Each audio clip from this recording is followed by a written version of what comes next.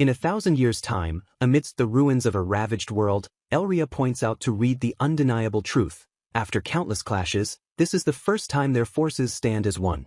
Reed, the eternal rival, readily agrees, a hint of something new in his voice as Elria confirms their united front against a colossal, monstrous dragon. But this alliance is born from a millennium of conflict. Rewind to the echoes of ancient battlefields, where armies collided in brutal warfare, each soldier locked in deadly combat. A critical bridge explodes, shattering hopes of advance. It is here, amidst the chaos, that Elria coolly confronts a smirking Reed, the hero of Altian, chiding him for the widespread devastation. "Reed," she acknowledges, her tone level, and he responds with a familiar warmth, "Elria, I knew you'd be here." Floating effortlessly on her staff, she replies with characteristic coolness, "I wouldn't miss an opportunity to fight you." A magnificent spell begins to form around her, one she's saved specifically for this encounter.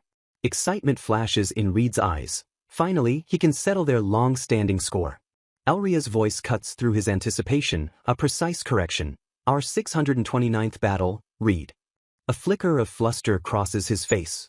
"Right," he admits, "I'd lose count if not for you." Yet, his pride remains unbroken. "But know this, sage," he declares fiercely, "I will never be defeated." "And as the sage," she retorts, her gaze unwavering, "I am unbeatable." Elria points out to Reed that after always fighting, this is the first time they've ever joined forces. And Reed happily agrees as Elria confirms that now they are finally on the same side, presenting a united front 1,000 years in the future against a monstrous dragon. While in the past, armies clashed on a vast battlefield, as individual soldiers engaged in brutal combat, with a critical bridge suddenly being obliterated, thwarting the soldiers' advance. Where Elria calmly chides the smirking hero of Altian for the widespread havoc. And he, Reed, happily greets Elria, saying he knew she'd be there. While Elria floats coolly on her staff, acknowledging his presence matter-of-factly, explaining she would never miss an opportunity to fight him. Then prepares a magnificent spell she's saved just for the occasion, which only excites Reed, who eagerly anticipates settling their long-standing score. Though Elria meticulously corrects him, reminding him this will be their 629th battle, causing Reed to get flustered, admitting he'd forget the count if not for her. But even so, he fiercely declares his pride, vowing never to be seen defeated. For that is why he is the hero, while she retorts that as the sage, she too is unbeatable. A flashback narration introduces the hero from the Altian Empire, a man who had never known defeat, and the sage from the nation of Vigalta, an elf whose magic changed the course of the war. These two would always meet on the battlefield, fighting without rest as if enjoying the process itself, revealing that the only one who could draw out the full strength of the hero, Reed Frieden, was the sage Elria Caldwin. And though their endless conflict was destined to have a victor, nothing can last forever. Then, in a later time, an older, weary Reed receives shocking news. His subordinate Riot confirms an urgent and credible report that the sage is dead. A stunned Reed collapses into his chair, murmuring that he always assumed he, being human, would be the first to die. Reed cynically asks if the Empire plans to dispose of him now, but Riot brings news of a new decree. A decree which commands him to gather the entire army and invade Vigalta to end the war while they are vulnerable, provoking a silent fury in Reed, who grits his teeth at the opportunistic royalty. While Riot reluctantly admits that from a strategic standpoint, it is an undeniable opportunity. Yet Riot explains with tears in his eyes that he knows their duels were a way to protect the common soldiers from harm, and he cannot stand exploiting her death for war when both she and Reed truly wished for peace. Moved by his subordinate's loyalty, Reed stands with renewed purpose, pleased by his sentiment. Then, as Riot asks what he intends to do, Reed begins to remove his battle armor with a loud clang, causing a great shockwave of energy to erupt from his body. Emerging in a formal uniform, declaring one does not dress for war when going to see a friend. And so he walks alone to the border between Altian and Vigalta, where he is immediately met with a hail of arrows from the Vigaltan border guards, who shout in alarm as they recognize the legendary Reed Frieden charging toward them, his fearsome reputation preceding him as he closes the distance. He then effortlessly runs up the fortress wall, leaving the soldiers below completely stunned by his impossible feat. And mages on the ramparts are commanded to strike him down immediately. but their magical attacks explode harmlessly against him as he continues his advance. He then intercepts a young mage, stopping his attack with a firm hand. Just as a burst of dark, corrupting magic erupts from his back, revealing Elria's young apprentice, Tiana, who demands to know why the hero has invaded their land. Reed calmly recognizes her as Little Tiana and asks if she's there to take her master's place. An emotional Tiana breaks down, screaming at him to answer her question. In response, Reed's entire being radiates with immense, blinding power, which he unleashes in a devastating blast that obliterates a section of the fortress wall, revealing him standing alone and wounded amidst the rubble, having absorbed all of their attacks. The shared pain and grief is reflected on both his and Tiana's tear-streaked faces. Before he finally explains to the grieving mages that he came only to bid the sage farewell and nothing more. The scene shifts to the magnificent capital city, where Reed bursts through a massive gate with explosive force, and is immediately met by startled palace guards shouting at him to stop. But the battered and determined hero says he is out of time and must be allowed to pass. As Tiana and the other guards stand their ground, desperately trying to protect their fallen sage, he grimly promises them he will pay with his life after saying his final words, pleading with them not to stand in his way. Finally reaching his destination, he stands before Elria's coffin, which is adorned with flowers, and greets his old rival. He then collapses wearily, remarking on how peaceful she looks while admitting her followers were surprisingly strong. Looking at the grieving crowd, he tells her she was incredible and is missed by so many. And with a sad smile, he confesses that while their 50-year rivalry was never settled, it was the most fun he ever had. A flashback shows a younger Reed suggesting to Elria that they could have been friends if they weren't enemies, while Elria just smiles, challenging him to finally settle who is stronger. Back in the present, his promise fulfilled, Reed's life ends and he collapses beside her coffin. Suddenly, a cheerful woman's voice is heard wishing someone a good morning. As a baby, being called Reed, finds himself being held by this stranger, crying in confusion. His reincarnated consciousness is bewildered, remembering his death as an old man and wondering who this woman is. And her offer of mommy's special milk only intensifies his internal horror, causing him to scream in a silent panic as he realizes he is in a completely different world. The story then jumps forward 18 years into the future, where a handsome teenage Reed works as a lumberjack in a quiet village, and is asked by his co-workers to chop down another enormous tree, a task he accepts. The other villagers stand back in awe as he prepares for the task, with a single, impossibly powerful swing of his axe, followed by a precise slam from the handle's end. He fells the massive tree with almost no effort at all, while his friends marvel at his non-magical strength, which he simply claims is all he has. He then effortlessly lifts the enormous log, but his friend points something out, revealing a giant, happily eating squirrel nestled inside a hole in the wood.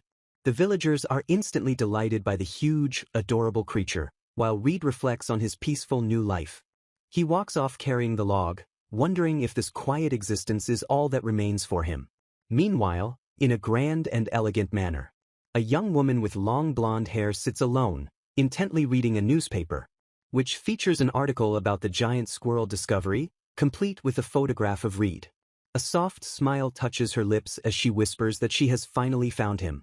Back in the village, Reed's mother frantically runs down the stairs calling his name.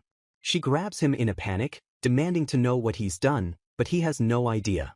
She then explains that a noble from the capital has summoned him, which confuses him as he has no dealings with such people.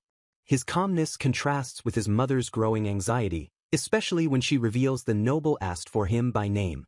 Reed internally reflects that nothing can truly shock him after being reincarnated 1,000 years into the future, having already learned that his old Altian empire was gone, absorbed by the now magic-wielding kingdom of Vigalta. With the mind of a 90-year-old, he feels unsurprisable and decides to go see what the noble wants. His mother then comically asks if she can disown him if he's in serious trouble, to which he bluntly agrees, causing her to dramatically collapse and vow to repent alongside him, much to his annoyance. As he walks through town, he is met by a crowd of concerned villagers all asking what he did, and he scratches his head in bemusement, surprised at how quickly the news has spread. Suddenly, the frantic town mayor runs up to him, pointing at a luxurious magic carriage as proof of the noble's high status, and begins shaking him violently while screaming about the trouble he must have caused. Reed, completely unfazed, simply asks if the noble is really that important, enraging the mayor even more. The mayor furiously clarifies that their visitor is the collateral heir to the royal bloodline, a figure of immense importance known by everyone. When Reed asks why she is there, the mayor can only relay her cryptic message: "He will know when he sees me." As he enters the mayor's house, the mayor pledges his support, which Reed quietly appreciates.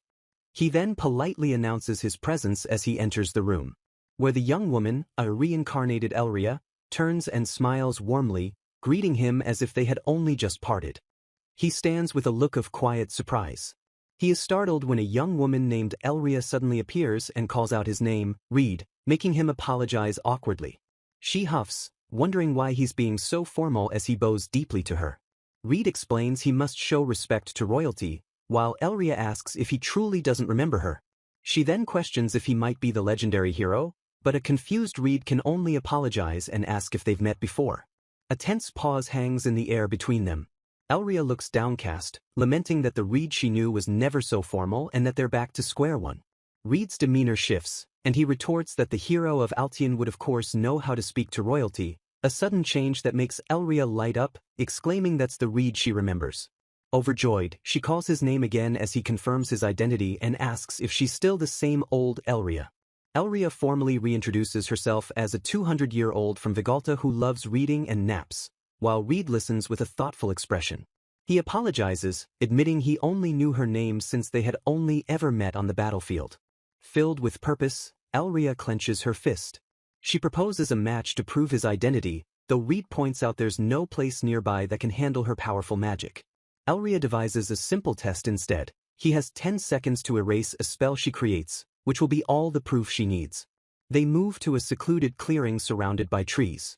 Elria asks where he's taken her, and Reed explains it's his workplace, a suitable spot for a small spell. She then asks him what he does for a living. Reed reveals he can no longer use magic, so he does manual labor, which prompts a concerned Elria to ask why. Elria decides not to press further as Reed confidently tells her not to hold back, claiming he's just as strong as he ever was. A powerful magic spell begins to gather in Elria's hands. She unleashes the brilliant magic directly at him. Reed just smirks, getting into his fighting stance. He throws a single punch that sends out a massive shockwave. The force of his punch completely cancels out her spell with a great gust of wind. Reed then casually asks her to remind him how many fights they've had. She smiles sweetly and gives the exact number, 6,329. He admits he didn't actually remember, and she giggles, replying that she knew because she was always the one keeping count. With tears of joy welling in her eyes, Elria whispers how glad she is that it's really him. Reed looks off into the distance, admitting he never expected to see her again. He asks how she tracked him down without any proof, and she bluntly replies that since she was reborn, she just assumed he was too. She smugly explains her intuition led her to check a local newspaper from the boonies, where a photo of him with a new species of squirrel confirmed her suspicions instantly. Now intrigued, Reed asks her to explain what this rebirth she mentioned is. She describes it as a form of magic that lets you keep your memories and abilities in your next life, causing Reed to ask if she cast it on them. Elria simply denies it, stating she used no such spell. She clarifies that rebirth magic is just a provisional name for a theory she knows exists but has no idea how to actually use. Reed is stunned that the sage who created magic doesn't understand it herself, and Elria is visibly embarrassed by his pointed observation. She then explains that her body has changed, which wouldn't happen with true rebirth magic, admitting there are things even she doesn't understand. Reed is confused, and Elria stares back, amazed he hasn't noticed the change. She fidgets nervously for a moment before the big reveal. Elria pulls back her hair to show off her now human ears, pointing out she was reborn as a human, not an elf. This prompts Reed to share his own story about being deemed inept at magic after he broke the aptitude testing device as a child just by touching it. He insists he's content with a peaceful life of manual labor rather than chasing magic, but Elria questions his complacency since he is the hero. Reed corrects her, stating he used to be the hero, a fact Elria grumbles she can't deny since he remains just as strong as she is. She continues to growl in frustration, knowing his strength means nothing in a society where you can't fight without being a registered mage. She takes a deep breath and calls out his name with resolve. And then she suddenly asks him to marry her. Reed is left completely speechless and flustered. Without waiting for an answer, she declares that he will be her fiancé for now. She quickly lays out her perfect plan for him to become a mage by using his relationship with her royal family line to bypass the aptitude test and enroll in the Magic Academy. Reed thinks her plan sounds unfair, but she proudly insists it is perfect. She passionately declares that the hero who fought her for 50 years deserves better, and that she can't accept a world where he's forgotten just because he can't use magic. Reed tries to refuse her kind offer, but she cuts him off with a challenge. Doesn't he want to finally settle who is stronger? Her challenge hits its mark, and he admits that's an unfair tactic. He reflects on how they could never go all out before because of the risk to their nation, but Elria retorts that the situation is different now and she knows he wants a real fight too. Images of their past battles flash by as he recalls always holding back, despite wishing for a true test of his strength. With a shared smile and a determined fist bump, Reed agrees to her terms, telling Elria he'll take her on any time. A crowd gathers as a magic vehicle arrives at an impressive house. The village chief approaches Reed with concern, asking if there is bad news. While Reed tells him he's just going to the royal capital with the Lady of Caldwin, Elria is elsewhere, hiding in agony over her mortifying marriage proposal. As they emerge from a doorway, Reed and Elria startle a man in a suit. The townspeople immediately swarm them, abuzz with excitement over Reed's trip and fawning over the beautiful princess of the Caldwin family. Reed looks on, slightly overwhelmed by the villagers' enthusiasm. The attention is too much for Elria, who becomes incredibly flustered and shyly hides her face. Reed steps in, telling the crowd that their behavior is rude. He asks them to give him and Elria space so they can get to the magic vehicle. He then turns and offers his hand to the nervous Elria, and he gently takes her hand in his to lead her forward. Elria looks up at him, her cheeks blushing brightly. The village chief then helps clear a path, shouting for everyone to back off because Reed is absolutely right. With the way clear, Reed smiles at Elria and says, "Let's go." Her heart pounding, a flustered Elria stammers out a thank you. The magic vehicle drives away, leaving the village behind. Inside the carriage, Reed reflects on the unexpected situation while Elria despairs over having stuttered. Reed tries to get her attention as she hides her face in her hands. Startled, she looks up when he asks if she can hear him. She quickly exclaims that she can indeed hear him.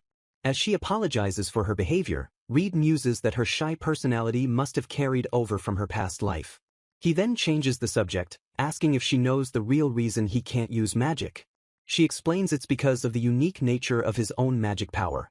Reed is stunned by this revelation, questioning what she means by his magic power. Elria clarifies that ordinary magic power is like water that flows through a magic circuit, but his is like solid stone that doesn't flow and would shatter the circuit if forced.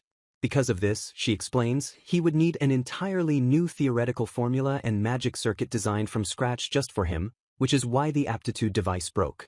When Reed asks how long that would take, she admits it took her 100 years just to establish the basis of her own magic theory. Relieved to finally have an answer to the 18-year-old mystery, Reed thanks her, and she in turn asks if he even wanted to use magic in the first place. He confesses he was just curious about what it would feel like. Elria confidently reassures him that he'll be fine, since he can't be defeated with magic anyway.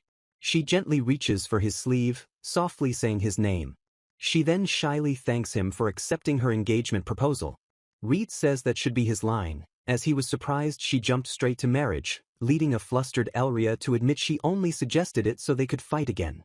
She argues that it is the only way for a commoner without magic to become a mage. Reed agrees, adding that it's also a convenient arrangement for him to investigate this matter. He believes it cannot be a coincidence that they were both reincarnated 1,000 years in the future.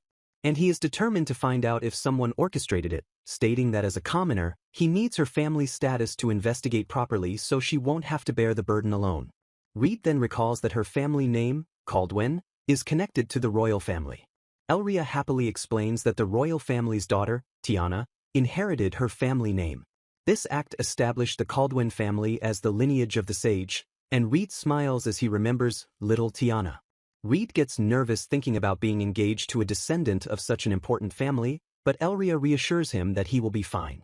He asks if she is truly okay with being engaged to her former enemy.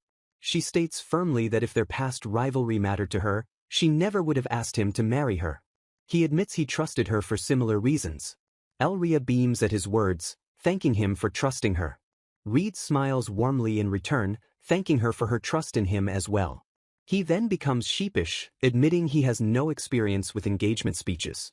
He explains that since he spent his previous life on the battlefield and could have died at any moment, he turned down all marriage talks.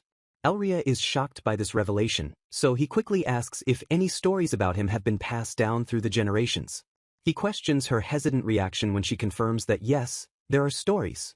She vaguely says that after 1,000 years, many things have been changed and adapted in the telling.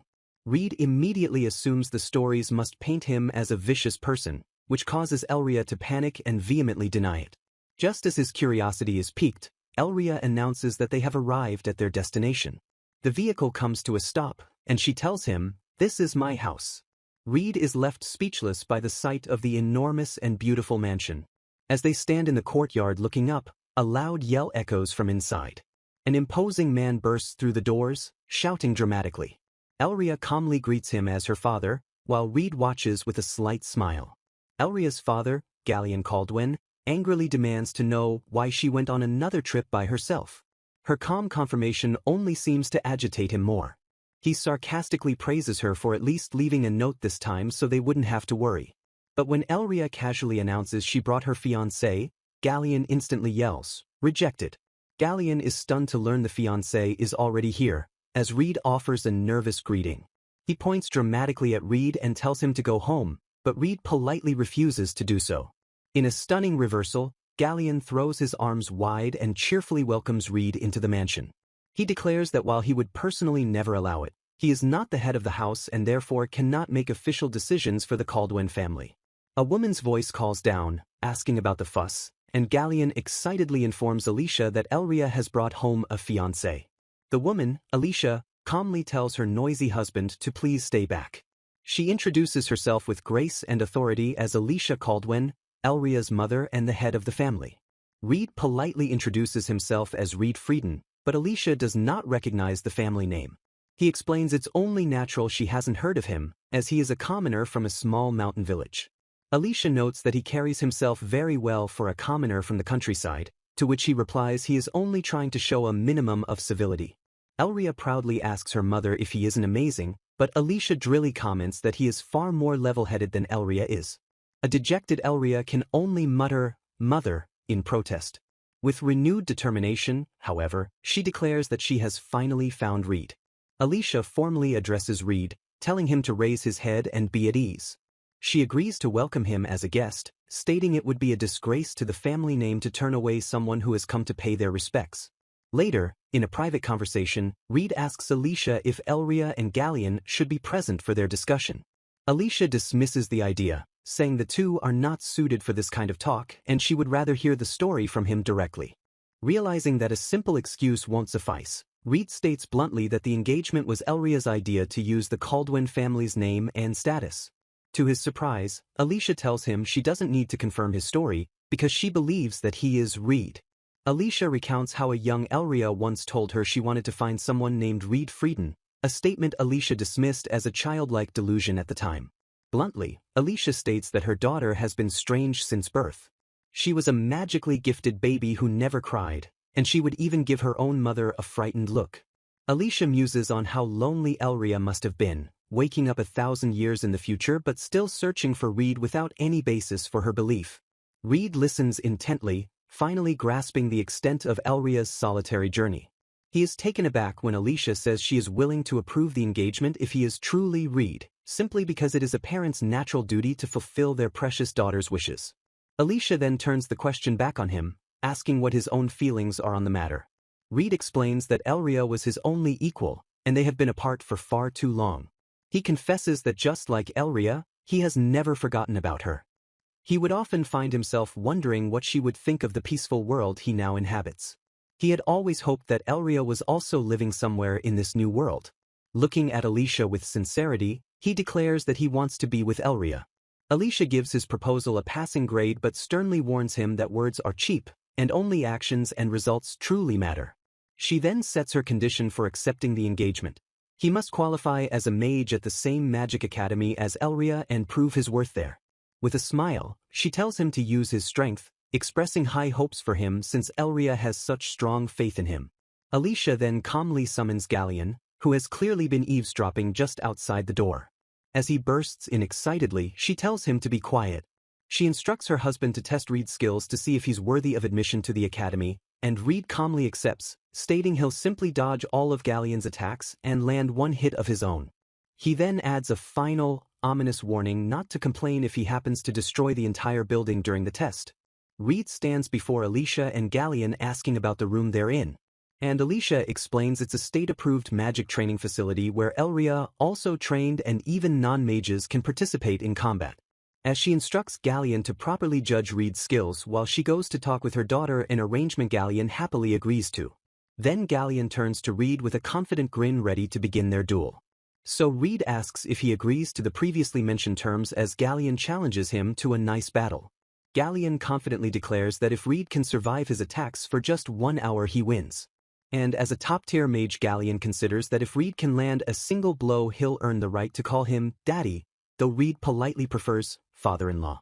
Reed gets into his stance as they prepare to start their fight. And with a powerful boom, Galleon announces the beginning of their duel. He lunges forward with a punch. But Reed dodges with impressive instincts that even Galleon has to praise. Then Galleon lands a solid hit on Reed, who just says, "Whoops," as he blocks it. So Galleon declares he's about to get a little more serious. As Reed prepares for the next attack, Galleon unleashes a powerful spinning kick that Reed deftly evades. And Reed lands, impressed with how exceptionally reinforced the training room must be for Elria to have trained there. This makes Galleon cry out in frustration, begging Reed to stop holding back because his gentle fighting style feels like he's sparring with Elria herself. So with an apology, Reed agrees to make a move of his own.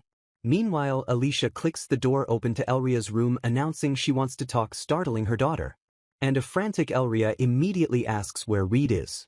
Alicia teases her daughter, asking if she's sure this is the same Reed she's been searching for, while letting her know Galleon is keeping him company. Elria confidently confirms he is the same person she used to know. And Alicia admits she was worried too, but never thought she'd actually get to meet him. Then Elria is overcome with emotion, realizing that Reed is really here with her. So her mother gently asks if she likes him a lot, and she shyly confirms it, leading her to finally and joyfully declare that she loves Reed. But her mother immediately questions her lack of confidence. So Elria huffs that she hasn't always felt this way, as a flashback reveals her final moments in her past life where she wished to see Reed smile just one more time. And her deepest regret was never being able to properly tell him she loved him. Alicia then points out that they are very similar, talking as if they're from the past. And Elria explains that the secret of her previous life is something special just between them. Her mother gently pats her head and agrees not to ask any more questions. Then she asks if Elria managed to finally do it, making her daughter shyly thank her. But when she bluntly asks if Elria told Reed she wants to get married because she loves him, her daughter freezes up and says not really. Elria then stammers that it wasn't like that, her mouth just brought it up before she could say what she was really thinking, while her mother laments her shyness. Alicia is moved to tears hearing that Reed still wished to be with her daughter even without knowing her true feelings. And Elria is shocked to hear what he said. So Alicia smiles and tells her she should just confess and ask him herself, while musing that having Galleon train him could be fun. This makes Elria ask what her mother and father are doing right now. And Alicia explains that before she can accept Reed as Elria's fiancé, she needs Galleon to assess his abilities. So a worried Elria exclaims that her father is in danger because even though Reed can't use magic, he's incredibly strong. Just as Galleon is sent flying through a wall with a loud boom. And the two women watch in shock as part of the building explodes with a casual oops from someone off-screen. Elria then calls out for Reed amidst the destruction, and he lets her know he's okay. Reed points out that her father just went flying past them, which makes Reed panic and ask Elria what he even did because he was trying to hold back. And when she tells her mother that Reed punched him with a reasonable amount of force because Galleon told him not to hold back, Alicia wryly concludes that in that case he'll probably live. Then Elria's mother is shocked when she hears that Reed's the one her daughter has been looking for. And a happy Elria asks if that proves his skill, since the man she loves is the absolute strongest. A month later, the Caldwin estate is still under repair as Reed continues his research in the library. But he sighs in frustration, finding no mention of his past life as Altion the hero. And Elria brings him a letter asking if he remembered to tell his folks about their engagement. He then reads the letter from his mother, who thinks the whole thing is a prank, but says she'll play along just to see his dad's reaction. Reed explains to Elria and her mother that his own mom thinks he's pulling her leg and the mayor is now asking for souvenirs from the capital. And he reveals that for the past month Alicia has been thoroughly teaching him manners and etiquette, though he thinks she still holds a grudge about him destroying the house. So Elria excitedly suggests they go shopping.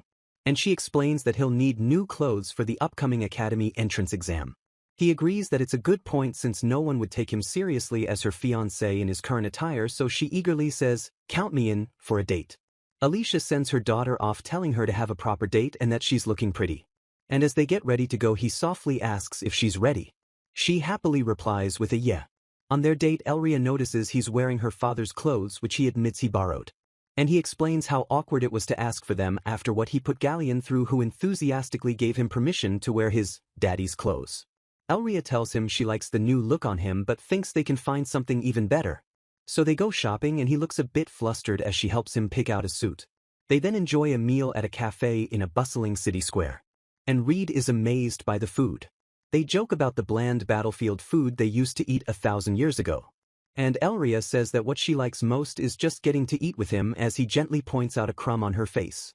He removes it for her, leaving him with a thoughtful expression. She gets close to him. But then her mother's words about confessing to him herself echo in her mind, causing her to flinch away. Later, a tired Reed sits down after their duel and Elria approaches him wanting to show him something. They look out over the city at the huge magic academy where they'll be enrolling. And Reed reveals he's been postponing his own enrollment since he was 12 because he was searching for her. He then admits that the king personally bribed him with candy to delay his enrollment because they didn't want it to overlap with the princesses. Elria thinks about how strange it feels that they'll be studying together. And she shyly asks if he liked anyone back in his home village. He replies that with their combined age of over 90 everyone else feels like children to him. And he confesses that he's been thinking about her the entire time. Just as she has been searching for him, leaving her completely speechless. He tells her that he enjoyed their fight but he also wanted to spend time with her just like they did today. And a joyful Elria exclaims how happy she is to be engaged to him. She impulsively grabs his arm. And she tenderly says that from now on she'll be in his care. And he warmly replies that he'll be in her care too. Sealing their promise with a handshake. A beautiful Elria smiles as she stands under blooming trees. Arriving at a massive magic academy, Reed is amazed by the huge crowd of students from all over the world. Elria nervously clings to Reed's back, complaining that everyone is staring at them. She declares her intention to hide behind him, but he protests that her clinging is making it very hard to walk. She then brightly suggests it would be easier if he just carried her on his back, an idea he immediately shoots down as even more embarrassing for her. He tells her people are only staring because she's cute, a comment that leaves her blushing and questioning if he means it. She then puts him on the spot, asking if he also thinks she's cute, which makes him flustered and try to change the subject. Yanking on his arm, she insists that his answer is extremely important, forcing him to sigh in resignation. He confidently turns to her with a smile, admitting that of course he does, so much so that he wants to brag about her to everyone. Blushing, Elria thanks him and promises to be worthy of his bragging, though Reed just wants her to let go of his sleeve. She clutches it tighter, calling it her lifeline, as he reminds her that she's not going to die from being in public. A helpful guide with glasses approaches them, confirming they are Elria Caldwin and Reed Frieden, referred by the House of Caldwin. The guide is thrilled, saying it's her dream to show around Lady Elria, who is said to be the reincarnation of the sage. She then turns to Reed, apologizing for not knowing who he is and assuming he has some relation to the Caldwin family. Elria proudly cuts in to announce that Reed is her fiancé. The guide is left completely speechless by this revelation as Elria nods to confirm it. Recovering from her shock, she offers her congratulations and assumes Reed must be from a distinguished family as well. Reed just smiles and says he's a commoner, while Elria looks unsure if she can handle the situation. Suddenly, a cheerful girl on a large flying beast warns everyone below that a big one's coming. The massive dragon-like creature lands with a powerful impact. The guide identifies the rider as Rufus Lillis from the Celios Federation, a nation where summoning magic determines social standing. Elria explains that since military strife between nations is a thing of the past, excelling at the Vigalta Magic Academy is now how countries assert their authority. Reed correctly deduces that the students are engaged in a sort of proxy war, which the guide confirms, adding that Rufus is the dragon princess, able to command all 4 dragons. As another student's magic explodes in the distance, Reed remarks that it all sounds very impressive. A jealous Elria clutches Reed's arm and huffs that she knows summoning magic too. Reed says he expects nothing less, and she adds that she can use most other kinds of magic as well. Pumping her fists with determination, Elria promises to show him something even more mind-blowing, and he happily tells her to show him when she gets the chance. The guide nervously leads them to the examination venue. She explains that their task is to inflict as much damage as possible on a device within a time limit. Elria looks on with boredom and asks if they can make the test more difficult. Reed gently pats her head, telling her not to cause trouble for the staff. The flustered guide agrees that the current test won't be enough and asks them to wait a moment. A moment later, a massive armored beast materializes on the testing platform. The guide proudly explains that it is a beast imitation developed by the Academy for training purposes. With the more challenging target in place, the guide says this should do, and Elria turns to Reed. With a confident smile, she simply tells him, "Watch me." She raises her staff and chants, "Evoke," summoning intricate magic circles around her. She decides that since she wants to give Reed a good show today, she'll just turn up the power a little bit. A massive pillar of destructive energy erupts from the ground, obliterating the target. Standing proudly in the smoldering aftermath, Elria asks Reed what he thought. Reed pats her on the head and praises her showmanship, while Elria explains that for extra flair, she stripped the target of its defenses first, leaving the guide speechless. When the guide asks how Reed can be so calm, he says he's used to it, as Elria's spells were much stronger 1,000 years ago. The guide has a complete meltdown, realizing Elria just casually cast a tier 10 spell, the highest tier possible and something only special rank mages can do. Reed then points to the lingering flames and asks the guide what his evaluation would be if he were to put them out. The guide stares in terror at the field of scorching magical fire. She stammers that since the flames were created by magic, it would require magic of the same level to extinguish them. Deciding that will be good for his evaluation, Reed readies himself with a hup. He throws a single punch that releases a devastating wave of force across the entire field. In an instant, the flames are gone and the scorched earth is wiped clean, leaving only a shattered magical barrier in the distance. While Elria praises his great punch, Reed feels it wasn't quite right without his old sword and armor. Just then, the terrified guide gets a call and announces that the headmistress is summoning both of them. They are brought to a room filled with books, where a voice tells them to listen. The headmistress of the academy, a small elf named Elise Rummel, tells them they must hold back on academy grounds. She informs Elria that while she was aware of her immense talent, she could see it even from her office. Sternly, she warns Elria that her spells are deadly and forbids her from using anything above tier 5 magic or she will be expelled. The headmistress then turns to Reed and asks him, "Who in the world are you?" She yells that she doesn't understand how he is even here in the first place. While she throws a tantrum, Reed whispers to Elria for some context. He notes that the headmistress looks even younger than Elria used to, and Elria explains that elves can stop aging between 15 and 20, leading to varied appearances. The headmistress overhears them calling her small and slams her fists on the desk, while Elria laments that it's a pity she stopped growing so early. After composing herself, she asks Reed if the power he used was magic. Reed bluntly states that he can't use magic, he just threw a punch. This answer sends the headmistress into another screaming fit of disbelief over how that could be possible. She pleads with Reed to at least refrain from showing his true strength while at the academy, but he says he's not sure he can hide it. He explains that he is under orders from the House of Caldwin to prove himself, which only makes the headmistress angrier. Reed clarifies that while he can go easy on people, he cannot put his engagement with Elria at risk. The headmistress sighs, admitting it's partly her fault for underestimating him and that Alicia had warned her beforehand.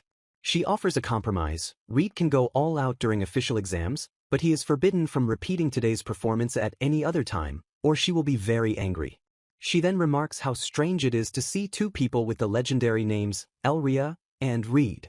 When Reed asks what she means by that, she mentions an old story passed down among the elves.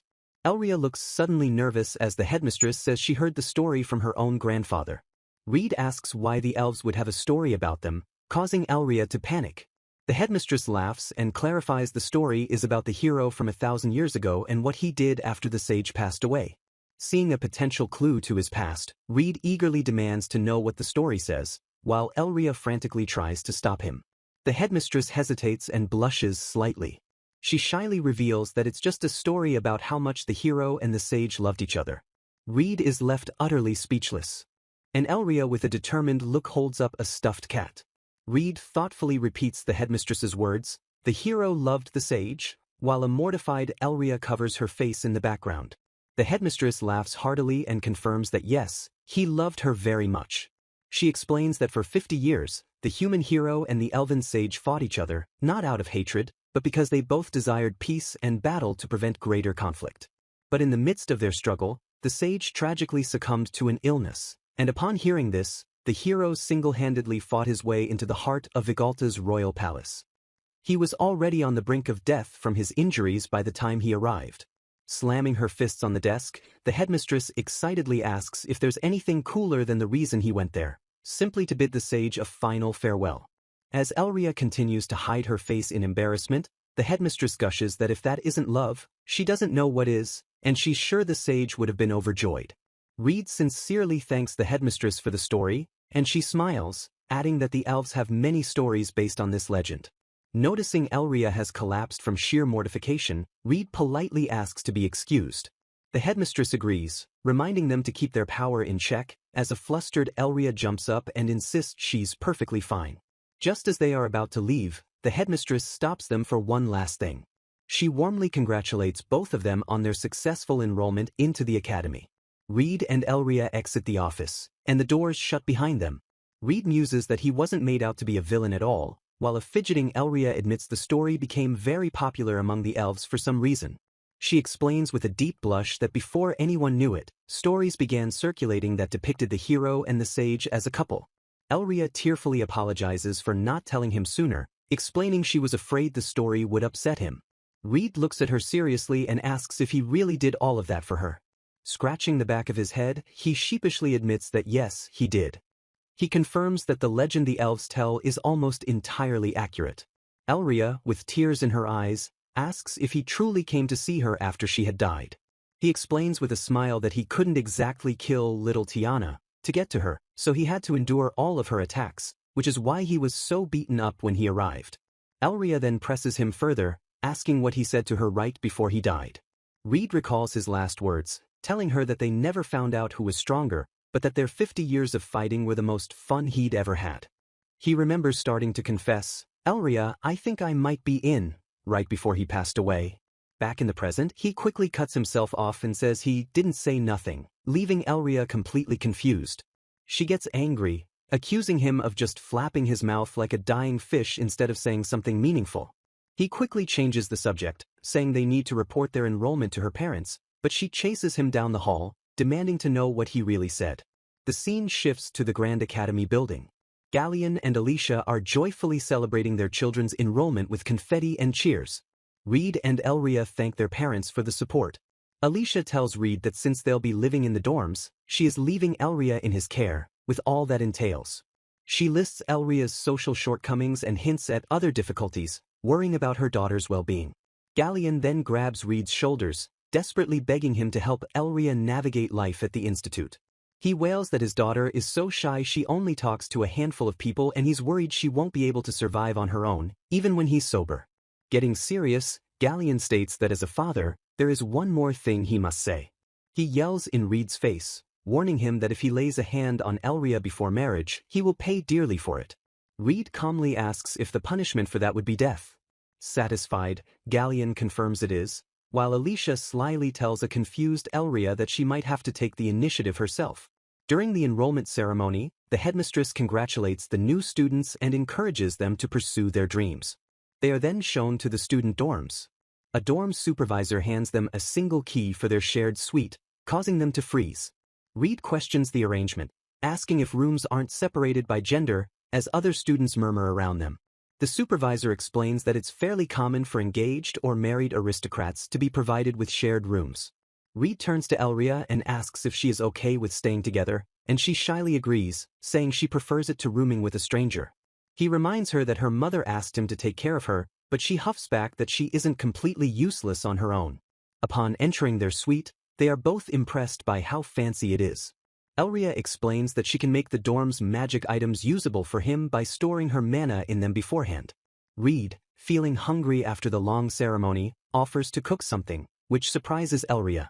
He says he only knows simple camping food and recalls hunting rabbits on the battlefield, which brings back memories for Elria as well. They begin to reminisce about the similar hardships they faced during the war, like foraging for fruit and squeezing grapes for water to avoid being spotted by the enemy. They laugh as they recall how the grape juice would stain her white uniform, while his black one hid the stains much better. Elria fondly remembers how she once located him just by catching the scent of grapes on the wind. She then suggests they make a simple meal with basic ingredients, just like old times. She believes the nostalgia will make it taste better, and more importantly, it means she can help him cook.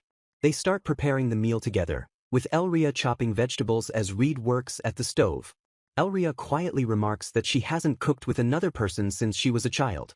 When Reed clarifies she means in her past life as an elf, she sadly confirms it, saying she only remembers her mother praising her cooking once. She adds that her mother never praised her for anything else ever again. Reed gently reaches out and touches her cheek to comfort her. He tells her that nowadays she is so great that a whole legend is told about her, and he is sure her mother would praise her if she knew. Touched by his words, she tears up and whispers her agreement. She then asks him what he was like as a child in his previous life, and he replies that all he remembers is being alone. He explains he had a weak constitution and was always sick with fevers, which made his parents dislike dealing with him. In the Altane Empire where they lived, the gap between rich and poor was huge, and the nation's policy was to plunder its neighbors. For a child in a poor village, becoming a soldier was the only way out, but his poor health made him a burden to his family. Frustrated and desperate to be healthy, he would train himself to exhaustion between fevers until he finally became the strong Reed that she knew. At first, he was excited to finally be stronger than everyone else, thinking they would accept him at last. But instead, they only called him a monster. Eventually, even his own mother began calling him a monster, and the village got rid of him by sending him to a group of wandering mercenaries. The mercenaries initially took pity on the small child, but their pity soon turned to fear.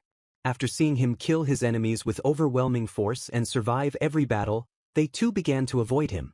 He continued his mercenary work, always searching for someone who could understand him, and after countless victories, people began to call him the hero. He finishes his story by saying you never know how life will turn out, and Elria gently wipes a tear from his face, telling him he did well. She repeats her praise, making him blush. When he asks why she's cheering him on, she says it's because he did the same for her. She tells him that being praised feels good and that he only feels otherwise because he's been alone for so long. With a bright, sincere smile, she promises him that now he has her, he is not alone anymore, and she will be there to praise him whenever he works hard. She then puffs out her chest and declares that with their 2 lives combined, she is older than him anyway, which makes Reed burst out laughing. He playfully winks and thanks Madam for the praise. A flustered Elria repeatedly hits his shoulder, telling him to stop. Later, as he opens the door to the bedroom, Reed freezes in place. He sees a single, large bed that can easily fit 2 people. He awkwardly asks Elria if she's fine with them sleeping in one bed, and she panics, stammering that she is. As she stammers that it's fine as long as he is too, he calmly replies, sure, which only makes her more flustered. He reassures her that he sleeps like a log, while she nervously admits that she might toss and turn in her sleep. She then adds that she sometimes does silly things when half awake, prompting Reed to offer to sleep in the living room. She quickly grabs his sleeve, saying she would be lonely by herself and shyly asks if they can share the bed. Reed blushes, caught off guard by her earnest plea. With her heart pounding, she asks if it would bother him. His own heart starts to race in response. He tells her he doesn't think she could ever bother him, while thinking to himself that he'll just have to imagine her father's face to fall asleep. Reed groggily wakes up to his alarm clock ringing at 6 in the morning. He feels a weight on his chest and looks down to find Elria sleeping peacefully on top of him. She snuggles closer, wrapping her arms and legs around him as she sleeps. A close-up shows her resting her head on his shoulder. Reed tries to wake the sleeping Elria, thinking to himself that he's glad he was old once, giving him the patience to handle this. A sleepy Elria whines that she doesn't want to get up, so Reed suggests a bath will wake her right up. She finally agrees to a bath, and he tells her to go ahead while he prepares breakfast. But then she reaches her arms out to him, saying she wants to go together, which makes him blush. A flustered Reed gives in, shouting that they'll go to the bathroom together if it means she won't fall back asleep. After getting the water ready, he tells Elria to come on in. However, she just stands there holding her towel, looking confused and asking why. She tugs on his shirt, and he realizes with a sigh that she's still half asleep. In her daze, she once again asks to bathe together. An exasperated Reed relents, promising to hold her hand until she gets in the water just so he can have a break. To his horror, she begins to strip right in front of him, forcing him to yell for her to wait. Now fully awake, she innocently asks him what's wrong with his face. Now inside the bathroom with her, Reed covers his face with a towel, claiming it's just a habit he has. He then boasts that a hero like him can easily sense his surroundings even with his eyes covered. Elria, impressed, calls Heroes amazing and asks him to hold her hand as she gets into the tub. As she soaks in the warm water blissfully, he sits by the tub's edge, blindfolded and still holding her hand. He remarks that soaking like this certainly warms you up. She leans her head on his arm, agreeing that this is warm. He quietly replies, yeah. Later, on their way to class, Elria asks an exhausted-looking Reed why he's so tired, and he thinks to himself that he's not sure if it's good or bad that she doesn't remember the morning's events. As they enter the classroom, the other students immediately notice the arrival of Elria-sama. A crowd of students quickly surrounds Elria, excited to be classmates with the famous sage, who cast a Tier 10 spell during the entrance exam. Elria brushes off their praise, insisting that Reed is the more amazing one, giving him a strange sense of déjà vu. All of the students' sparkling eyes immediately turn towards Reed. They bombard him with questions, asking if he really dispelled Elria's magic and about his connection to the prestigious Kaldwin family. Reed calmly addresses them, saying he is delighted by their honest praise. He introduces himself as Reed Frieden, a mere commoner, but declares that he will one day claim the Kaldwin name. The students are deeply impressed by his honesty and his power, which they admire regardless of his background. One student proclaims that just as the sage was valued for her ability, the academy should allow anyone to learn magic. However, another student scoffs, questioning if a commoner could truly accomplish such a feat. This student, Fareg, says a commoner dispelling a Tier 10 spell means nothing and that Reed doesn't look tough at all. He is identified as the son of the noble Verminen family. A flashback reveals Alicia explaining that the Verminen family has a long and respected lineage. She mentioned that this generation's son, Fareg, is talented and blessed with vast magic power, and would be the center of attention if not for Elria. But Alicia concluded that he is self-centered scum who always blames others for his own failings. She had then asked Reed to do something about Fareg's embarrassing character if he got the chance. Back in the present, Fareg claims that a commoner associating with the Kaldwin family is an insult to their legacy. Reed counters that he passed all the exams and was approved by the principal, but Fareg shouts that the very idea of a lowborn person entering the academy is unacceptable. Fareg dismisses Reed's reasoning as a creepy grandpa attitude and says the school's only policy should be to pursue the magic left by the sage. His companions try to quiet him, warning that provoking someone connected to the Kaldwins could bring trouble to his own family. Fareg dismisses their concerns, calling Reed a mere servant, which prompts Reed to properly introduce himself. He puts his arm around a blushing Elria and proudly declares, "I'm Elria Kaldwin's fiancé." The entire class, especially Fareg and his friends, is left completely stunned and speechless. Reed coolly tells Elria they should find their seats, and she nervously agrees. As Reed leads a blushing Elria away by the hand, the other students can only stare in disbelief. Reed laughs, satisfied with the bewildered look on Fareg's face, while Elria says she'd forgotten about his bad attitude. He defends himself, saying it's better to deal with cocky people sooner rather than later, as their arrogance can get allies killed. A friendly-looking student then invites them to sit near him, and Elria notes that she's starting to see why Reed's soldiers were so obedient. The student mentions it's boring since no one sits near him. He introduces himself as Wiesel Blanche, and Reed introduces himself in return. Elria recognizes the Blanche family name, and Wiesel explains that his family are magic equipment engineers and that his sister made her staff. Elria becomes flustered with joy and asks him to tell his sister she's using the staff with care, as Wiesel recalls his sister was ecstatic about the commission. She insists he can call her by name, and he politely agrees to call her Miss Elria.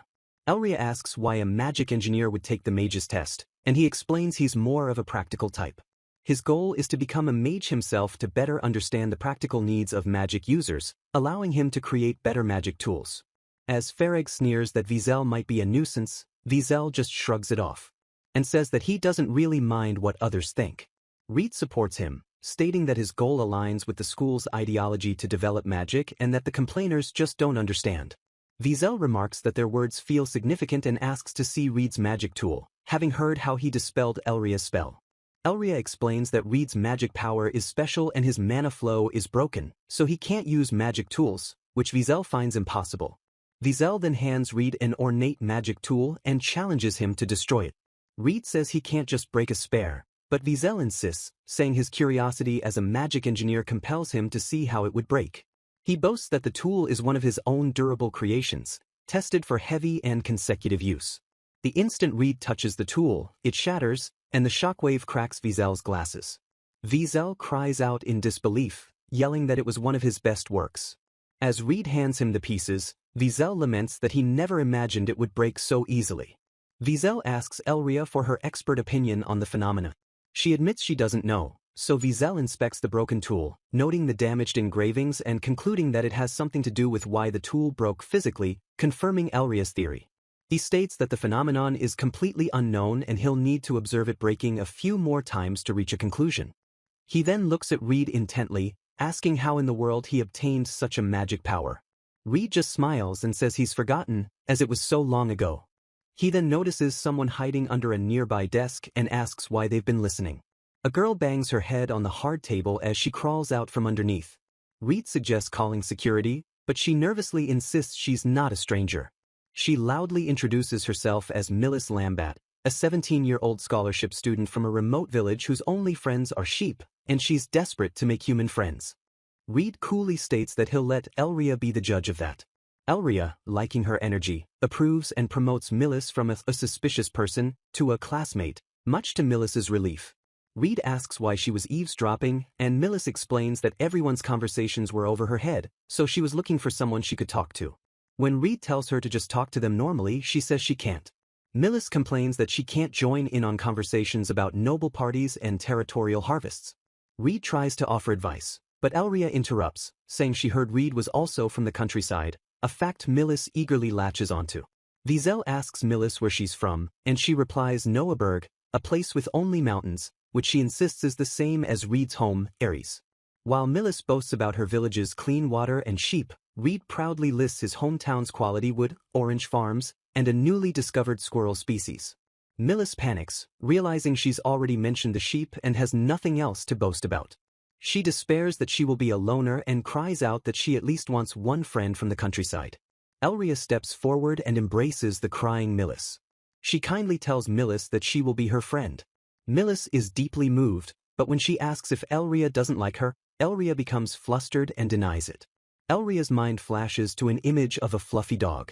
Wiesel and Reed also welcome Millis, saying they can get along as fellow countryside folk. Overjoyed, Millis celebrates making 3 human friends, as Reed notes that their teacher is quite late. Wiesel suggests there might be a problem, while Millis wonders if the teacher is lost. Reed finds this impossible, saying even Millis found the classroom, which earns him an angry glare from her, while Elria pats her head reassuringly. Just then, a figure appears at the classroom door. A woman in full armor enters, saying that was a close call. She cheerfully introduces herself as the homeroom teacher for their class. In a partially destroyed classroom, a mysterious woman stands at the front as students look on. While one student recognizes her as the legendary special rank mage Alma Kanasama, a powerful mage known as Alma of the Black Flag who is able to use tier 10 magic and earned her rank by single-handedly defeating a disaster-level monster. So the students are shocked to have such a famous figure as their homeroom teacher, with one asking about the king's recent orders for a large-scale subjugation. But Alma casually dismisses their concerns, saying she finished that mission a while ago. Then she explains that the king and the principal selfishly requested she become a teacher at her old alma mater, and she hopes the students are anticipating her lessons. At the chalkboard, she outlines the year's evaluations, which will be based on both individual and class performance, with the class average determining if a student qualifies as a mage and can graduate. And she stresses that even the highest individual score won't matter if the class performance is poor, emphasizing the importance of teamwork. So she calls on the fluffy girl to explain the duties of a mage. And the student nervously lists dealing with magical crimes and defeating dangerous monsters. Alma then elaborates that a mage's duties also include evacuating residents, securing routes, isolating danger zones, and conducting rescues, all of which require teamwork. Two students discuss the joint responsibility of the class with one hoping there's no deadweight. And Alma explains the evaluation schedule. There will be monthly individual evaluations including real battles and conditional exams and 4 major class evaluations throughout the year. She then pulls out the teaching manual to review the curriculum, which covers magic theory, monster habits, and fundamental abilities. But she quickly gets bored and tosses the book aside, declaring it's time for some hands-on training instead. She activates a magic tool. And suddenly the entire class is transported to a separate space where she announces they will have a mock battle. She explains that the magic tool was handmade by the principal and creates a space that no one can leave or interfere with until she cancels it. Then she smiles and asks if anyone wants to have a mock battle with her, promising to hold back. The students are terrified at the thought of fighting a special rank mage, with one calling it reckless. But a confident young man steps forward and volunteers to be her opponent. He introduces himself as Farag Verminen, a promising student who can use Tier 7 spells and has been trained for magic battles since he was young. But when he says he'll be a bit serious, she asks him to be more specific. And he's shocked when she cheerfully says she'll probably only break a few of his bones. The other students are horrified that breaking bones is what she considers holding back, but Farag agrees to try. Impressed by his guts, Alma asks for his name, but then another student, Elria, steps forward. She introduces herself as Elria Caldwin. And Alma acknowledges that she's heard of her from the irregular kid, Elise, and says she'll match her power since she's only allowed to use up to Tier 5 spells. But Elria asks if she should hold back even more, and unleashes a powerful wave of magic that knocks everyone off their feet. The other students are amazed that Elria could block Alma's attack so easily. As another blast of magic is exchanged between them, Alma praises Elria's powerful magic barrier, which can repel even magic attacks, and asks if she has any other tricks. She then tells Elria she can use whatever she wants and that she wants to see how many bones she can break. Just as Reed calls out to the other students. And he instructs anyone who can still move to help those who are passed out or injured, warning them to stay back. But the other students are a mix of terrified and fascinated by the intense battle unfolding before them. Elria summons massive tree roots to attack. But Alma angrily dodges them, questioning what kind of magic it is. And she's shocked that Elria's lower-tier magic can compete with her higher-tier spells. One student explains that while it's hard to believe Elria is casting dozens of spells at once, which should be impossible, and another classmate confirms that her magic is able to withstand the teacher's more powerful spells. Reed then reveals that Elria isn't casting the spells directly but is using spells to cast even more spells. Which means the dozen or so spells one student measured with a magic tool were actually just the number of spells she cast and combined, revealing she can cast around 1,000 lower-tier spells with her mana pool. And with a technique called multiple deploy, she can create and combine a huge number of spells to overwhelm and negate her opponent's magic. Reed's classmate asks if he's seen the full potential of that spell, and he replies of course, because he's always kept his eyes on her as she was brighter than anyone else. The two continue their intense magical battle. Elria compliments her teacher's ability to handle her attacks but notes she's still not serious. So with a smirk, Alma agrees that it would be rude to hold back. She summons a giant skeletal arm, and then another from the ground, as she announces it's time to march. And with a declaration of war, she unleashes her Death Brigade, a massive army of skeletons, bone dragons, and other undead creatures. She challenges Elria to overcome this black flag with her life on the line, which makes Reed gasp in recognition of the name as one of the skeletons asks how he knows those words. Alma asks if she hit a nerve, and he confirms it, as Elria declares that only one person can say those words and that she has something to ask. Her classmates notice her sudden grim expression, wondering what Alma said to her. Then a giant skeleton looms over Elria as her friends cry out in confusion, asking where Reed is. And he suddenly appears, sending the massive skull flying with a single powerful kick, leaving all the other students completely dumbfounded. Reed apologizes for butting in, explaining he can't just stand by while someone uses his own words. And Alma calls him the other irregular, noting he's not using any magic and asking how he sent her spell flying.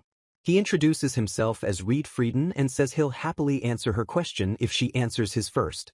He explains that he was certain after hearing her use that phrase because the banner she carries is so worn and faded he didn't recognize it at first. Then he angrily demands to know why she is holding the Altian's banner. But she feigns ignorance and says if he doesn't answer her first, she has no obligation to respond. Just as the other students yell at them, asking what they're all doing. And Alma gets annoyed, wondering if Elise can see this too. Her friends freak out with one begging Elria not to use a tier 10 spell on a student and another threatening to be furious if she breaks the magic tool. So with an annoyed sigh, Alma tells her skeleton to stand down. And she tells Reed they can talk about his question later since they were interrupted. Then she cheerfully tells all the students to devote themselves to training so they can become strong like them. But her words only leave them feeling utterly defeated and aware of the huge gap in their power levels. So she encourages them not to give up, reminding them that they all worked hard to get into the academy. And she declares that she believes all of them will become stronger than anyone, so they should follow her for the rest of the year. Then she yells for anyone still asleep to wake up because she's about to teach them one of the most important fundamentals of being a mage. And with a determined fist pump she orders everyone to run until they pass out, leaving the entire class utterly bewildered and confused. A young girl relaxes joyfully in a large outdoor bath. As she and her friends Millis and Elria all agree that big baths feel wonderful. Millis then mentions that she's used to daily onsen visits back home, so this bath feels a little lacking. The scene then rewinds an hour to show Millis thanking Elria for carrying her there, where their instructor Alma had been scolding the exhausted class for having no stamina except for 2 students. One of them, Reed, simply says he's used to the intense training, while Elria asks if she should carry everyone with magic, which Reed notes is a very advanced spell. And Elria then effortlessly levitates all of her exhausted classmates with her staff. Seeing this, Millis desperately cries for a bath, so Alma suggests the large dorm bath, an idea Millis loves. Another student then suggests Elria should go too, which surprises her. Just as Alma announces she'll be borrowing Reed for a private conversation. Later in the bath, Elria silently thinks about Alma and Reed's relationship and a mysterious banner she saw. When suddenly Millis just stares at her intently. And Millis bursts out praising Elria's silky hair and incredibly soft skin, calling her unfair. She continues loudly complimenting Elria's whole body until their friend has to cover her mouth, telling her to be quiet. Elria then shyly asks for gift advice for a certain person while Millis says she has something to discuss. Millis instantly guesses the gift is for Reed, which makes Elria splash around in denial. Millis teases that Elria radiates an "I love Reed" aura, which Elria denies while being shocked it's that obvious. Sinking under the water, Elria admits she wants to give Reed a gift to celebrate him entering the academy, but she's never given one before. Millis thoughtfully suggests giving him something he likes, but notes she's only just met them. It turns out what he likes are whetstones and oil, which Millis explains is for maintaining equipment, a hobby she also enjoys and thinks Reed would appreciate. Elria considers it, but Millis suggests a more permanent gift would be better for a commemoration. Feeling hopeless, Elria thinks she gives up too easily and can't come up with anything. She starts to sink dramatically, lamenting her situation despite being almost 200 years old, including her past life. Millis panics and tells her not to drown and instead to think of times when Reed looks happy. Popping back up, Elria recalls Reed looks happiest when he's fighting, which makes Millis question if he's a battle junkie. She remembers how he would always smile when they fought and decides she wants to give him a gift that brings him that same joy. With newfound determination, Elria thanks Millis for the help, which makes Millis so overwhelmed with how cute Elria is that she gets a nosebleed. Millis passionately declares Elria a national treasure and promises her full support, feeling very jealous of Reed. Meanwhile, Alma returns to Reed apologizing for the long wait caused by a scolding. But Reed immediately gets to the point, asking why she possesses the Altian's banner. Alma plays dumb, asking if Altian is a country, but Reed doesn't buy it after she brandished the magic tool. Reed presses on, asking if the banner is uncommon, and Alma retorts by asking how he recognized it as a banner so quickly. Alma then concedes that the fabric is indeed a banner. She reveals that knowledge is exclusive to the Kano's family and demands to know who Reed really is. Reed refuses to answer that one question but allows her to ask anything else to figure it out herself. Alma realizes he's testing her ability to deduce his identity through her questions, which could earn her his trust. So she asks his view on methodical people, and he calls them diligent subordinates who are serious even if not flexible.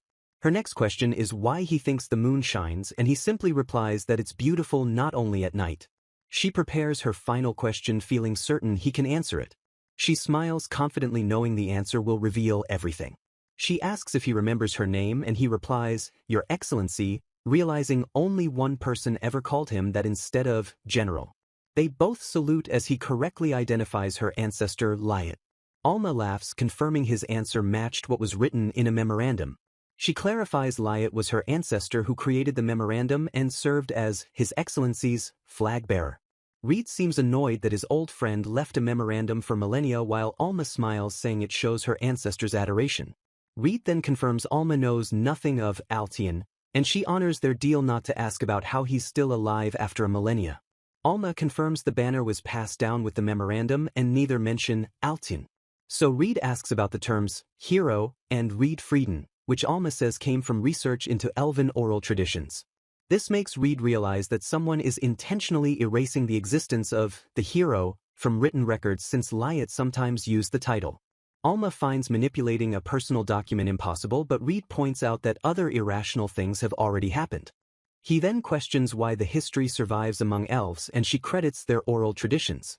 Alma explains elves have long lives and pass down history through word of mouth, recalling the close relationship between elves and humans a millennia ago. This tradition was kept secret from humans and eventually became a fairy tale known only to the elves. Reed then asks Alma to keep him informed on historical matters, to which she reluctantly agrees, noting his boldness in ordering her. He justifies it by saying her ancestors respected him and cheekily asks if Elria is the same, which makes Alma realize she just challenged the real sage. Reed points at her, declaring he's counting on her. And Alma salutes, pledging her loyalty to Your Excellency Frieden. Several days later, just before the exams, the friends gather, where Millis excitedly asks about everyone's plans for their day off. Wiesel plans to maintain his magic tools while Reed tells Millis she needs to train her combat skills alone. Millis erupts, calling Reed a monster and exclaiming that women need rewards to keep going. She then expresses her worry for Elria, who has been sleep-deprived from late-night magic research. But she quickly reasons that Elria is likely just working hard as the sage's heiress, so it must be fine. Changing the subject, Millis confronts Reed about his recent friendliness with Alma-sensei, who even calls him by a special nickname. Their conversation is interrupted by an arrogant student named Ferd who calls Millis a noisy peasant. He berates her for causing a scene and demands an apology befitting her lower status. He arrogantly tells her she should be on the ground rubbing her forehead when apologizing to a superior. Millis apologizes for the noise but refuses to go to such extremes. Enraged, Ferd can't believe a peasant would defy him. He declares their difference is more than just position as his classmates watch in shock. He raises his foot to crush her, claiming she isn't worthy of using the sage's magic. Then he summons a magic sword, yelling that she lacks the wits for such power. Just then Reed swiftly pulls Millis to safety and effortlessly blocks Ferd's enchanted sword with his bare hands, stunning the entire cafeteria. Reed calmly calls him Fereg boy, which only fuels Ferd's rage. Ferd furiously asks how he dares address a verminen noble so casually, but Reed retorts that calling a boy isn't wrong. Reed grabs his face, telling him to shut up as Ferd tries to justify his actions. He sternly lectures him that aiming magic at someone means you're prepared for the fatal consequences. He continues, telling Ferd to earn his own glory instead of coasting on his family's name, unlike the sage who risked everything for magic.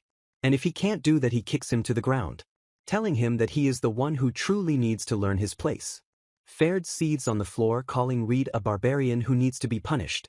But Reed simply breaks Ferd's magic tool with his hand, tells him to scram, and calls it even. He then turns to a grateful Millis to make sure she's okay. Millis, however, is comically upset that he did something so cool while Elria was asleep. Wiesel remarks with amazement that Elria slept through the entire commotion. Millis then gently tries to wake the sleeping Elria.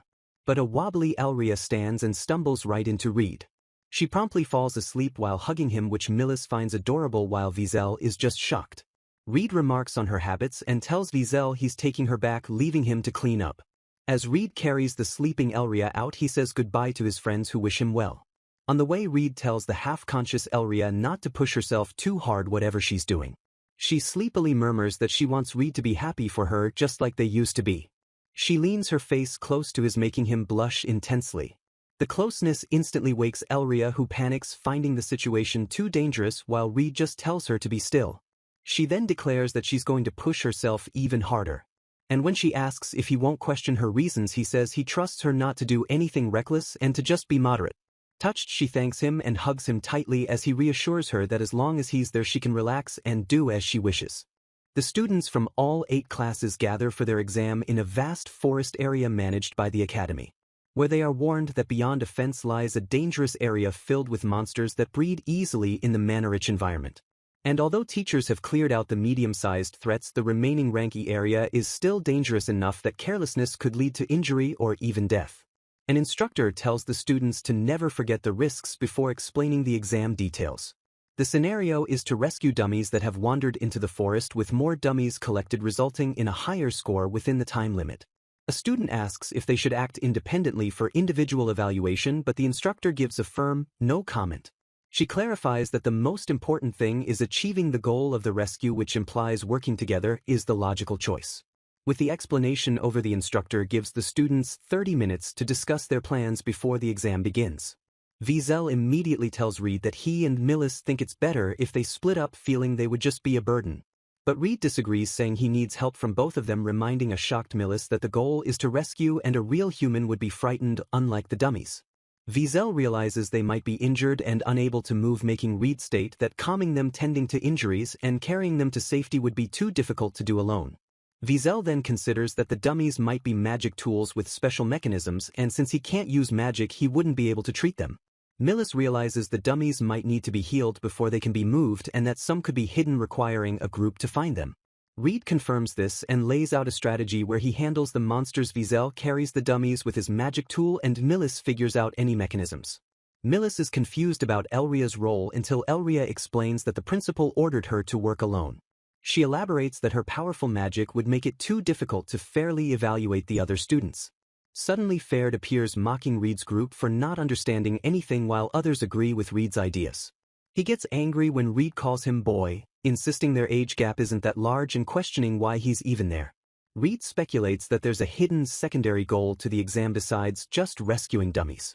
Ferd excitedly deduces that even though the instructor said there were no medium monsters, there must be a large one, and whoever beats it will get the highest evaluation. Reed dismisses this as illogical, but Ferd insists he has the power to take on a large monster before Reed's group walks away from him. As they leave, Reed warns Ferd about his magic tool, which is the very short sword he broke the previous day. Ferd shouts that his family's skilled engineers were able to repair it, and he furiously threatens to make Reed cry for the humiliation. Reed remarks that the boy still has the courage to face him despite being shamed, while Elria notes the Verminen family has a history of putting too much power into subjugation. As it's time to go, Elria gently pats Reed's head, telling him and his group to be careful, while also patting her own head, telling herself to be careful since she is alone. Millis complains to Wiesel that the two are flirting before the exam even starts, and he advises her to ignore them because strong people have leeway. Deep in the forest, the group is suddenly confronted by a fierce monster. Reed casually dispatches it with a single powerful kick. He comments that the monster was big but not very strong, which Millis finds absurd coming from someone who kicked it away so easily. Reed explains he's trying to hold back to avoid spilling blood, which could attract more monsters and make their task harder. Millis worries about Elria facing so many monsters alone, but Reed reassures her that Elria could defeat them all with a simple Tier 1 spell.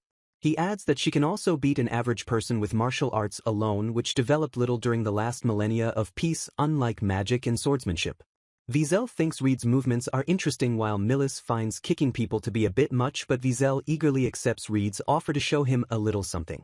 As they prepare to spar, Millis tells them to wait while Reed suggests asking Elria for self-defense tips, and Wiesel spots a cave up ahead. Reed asks Wiesel if he sees any monsters nearby, and when Wiesel confirms the area is clear, Reed smiles, knowing a dummy must be inside. Millis asks how he can be so certain, and Reed explains that if someone were injured while fleeing a monster, they would seek shelter in a safe place like a cave. Understanding his logic, the group hurries towards the nearby cave entrance. Reed takes the lead, telling Wiesel to watch their surroundings and Millis to provide support, which they both agree to. Inside, he uses his lantern and says, "Bingo," as they discover 5 dummies huddled together. Millis is shocked by the number, while Reed notes the group scenario was accurate and leaves the rest to them as Wiesel detects multiple mana circuits, guessing it requires at least 2 people to dispel. Wiesel asks Millis to examine the other dummies, but as she approaches one, it suddenly activates with a loud beeping sound, causing Millis to scream in panic. Hearing the commotion from outside, Reed yells to see if they are okay, and Wiesel reports that a mechanism in the dummy has activated. They discover a timer counting down and guess the dummy has a fatal injury that must be treated in time, which Millis is confident she can handle with her approved healing magic. As the beeping continues, Millis panics again. Wiesel tells her she's being noisier than the dummy, while she wonders why her healing magic isn't working. Wiesel suggests the order of treatment might matter and that she should check the wound where the mana circuit is flowing. Reed's voice calls out, telling a flustered Millis to calm down and focus as he will give her instructions for the 5-minute emergency treatment. He tells Wiesel to check the mana circuit while Millis casts antidote and cooling magic around the wound. After Wiesel dispels part of the circuit, Reed instructs them to use a cloth to prevent the dummy from biting its tongue and then to apply pressure to the wound. His next orders are to stop the bleeding by raising the injured thigh higher than the heart and then to check the open wound in detail before casting healing magic. Wiesel confirms the mechanism is solved and the dummy is stable. Reed praises Millis for a good job and she thanks him tearfully while he also commends Wiesel, who humbly gives all the credit to Millis. Wiesel then asks Reed if he has seen people on the brink of death before, noting his emotional support for Millis was also crucial. He explains that Reed's orders were so precise they sounded like they came from real-life experience. Reed confirms he has seen people who were saved and those who couldn't be, and says what they did even for a dummy was praiseworthy. He smiles warmly, thanking them for saving the person. His sincere thanks makes Millis blush and shriek, causing Wiesel to scold her for shouting at every little thing. Their relief is cut short as Millis spots someone approaching in the distance carrying another person. Reed and Wiesel recognize the approaching figures as Ferd and his 2 henchmen. They see that the trio is heavily injured and that something else is moving in the forest, so Wiesel tells Reed to get the others. Reed yells for the boy to get to the safety of the cave as Ferd stumbles forward, supporting his fallen comrades. Ferd looks up at Reed in shock and exhaustion. Reed demands an explanation for what happened. But a traumatized Ferd can only repeat that he doesn't know what attacked them. Inside the cave, Ferd explains to Reed he didn't imagine such a monster could exist. From the cave's entrance, Wiesel reports that the situation is bad as he can see a monster unlike any other in the forest. Without hesitation, Reed suddenly pushes past a surprised Wiesel. He orders Wiesel and Millis to take Ferd's group deeper into the cave for safety. As a massive reptilian creature appears at the mouth of the cave, Ferd screams in terror that it's the monster that attacked them. The creature roars and smashes against the cave entrance, trying to get in. Reed calmly tells a terrified Ferd that he was wrong and didn't pick a fight but merely explored a bit, expecting the academy to have prepared something. Ferd breaks down in tears, apologizing profusely and admitting he froze in fear when they encountered the monster while his friends Vok and Lucas protected him. Reed tells him not to cry because he still managed to get away without abandoning his friends. He tells Ferd to be proud of that and instructs him to cast a barrier after he exits the cave, to which a shocked Ferd asks if he intends to fight the impossible creature. Reed simply asks about a specific trait of the monster, immune to magic, right? He then walks out of the cave, telling them not to worry because he won't die, he'll just win like the hero he is. A flashback to 1,000 years ago shows mages desperately casting fire spells, while a dragon unleashes a powerful blast of dark energy. And soldiers cry out in frustration that the magic beast is immune to all their attacks, as another dragon attacks them from behind, causing them to scream in terror. Then in the present, a military commander warns a young man not to get too close to the beast. But this young man is a legendary hero who once saved both Altian and Vigalta, asking the dragon if it can handle his sword, for he was given the title of hero. And in the present day, a dragon smashes through the wall of a building. As Reed explains to his terrified classmates that the monster is a magic-repelling armored dragon, a mage's worst enemy. So they question how he knows so much and insist his plan to fight it is too reckless, but he says they don't have time to wait for help. He then asks Wiesel for a magic tool that can create a barrier while Millis looks on eagerly. And he instructs his friend to keep healing their 2 injured classmates, who are lying unconscious inside a cave as Millis looks on with concern. She then tearfully promises Reed that she will save them. So with a determined look she tells Elria to please send it flying. And Reed rallies his friends with a confident, "Yeah." A dragon roars as it emerges from a dark cave. And Reed leaps into action between 2 colossal dragons. He lands a powerful punch on one of the beasts, noting that it's harder than he realized since he usually uses a sword. The dragon roars in pain and anger. And Reed faces it down, dismissing it as weak compared to the legendary sage he once knew. The beast's eyes glow with rage, as Reed sends it flying with a single mighty blow. He lands gracefully after his attack, but realizes breaking its head won't be that simple, as the dragon fires a barrage of sharp spines from its back. Then more dragons appear as backup, and Reed strategizes on how to create a safe escape route for his friends, lamenting that fighting them all barehanded is a real pain. Just as a dragon crashes through another wall in the present. So when Elria arrives late apologizing to Reed, she explains she was delayed by 10 of the beasts. And since their friends are short-handed, her limiters have been released so she can transport them all from the cave. Millis then calls out to her from the now transported cave entrance. And Elria confirms that she is safe and instructs Vizel to maintain the barrier as she prepares to transport Millis next. She then summons a massive pillar of light from the heavens. And after everyone is safe, she and Reed have a comical argument about who was more reckless, he for punching a dragon or she for teleporting a whole cave. Then on the phone she's questioned about her incredible feat as she confirms all the students and teachers have safely retreated. And she reveals her plan to her friend to blow away all the dragons along with the entire area, and Reed, much to her friend's horror. Reed asks if she's suggesting they go all out. And she explains that's exactly why she's going to help him. Because she's always been thinking about this moment. And how to make him able to finally unleash his full power. So with her magic she creates a magnificent sword for him, confident it can withstand his immense mana. He receives the late but welcome present to celebrate his academy entrance. And in a flashback he can't stop laughing at her gift idea as a flustered Elria demands to know why. He then gently teases her that only she would think of giving a magic sword as a gift, making her blush. He's moved beyond words by her gesture, realizing this is their first time truly fighting side by side. And they stand together, a united front 1,000 years in the making. With the powerful sword in hand, a dragon lies defeated at his feet. And she declares it's time to show him her serious power. He grips the sword, his body remembering the feel of it from his past life. And with a determined look he tells Elria to watch carefully as he unleashes his own serious power, leaving a massive trench carved into the earth as a result of his attack. He then triumphantly rests the sword on his shoulder and asks Elria how he did. And she's left speechless and amazed by his incredible display of power.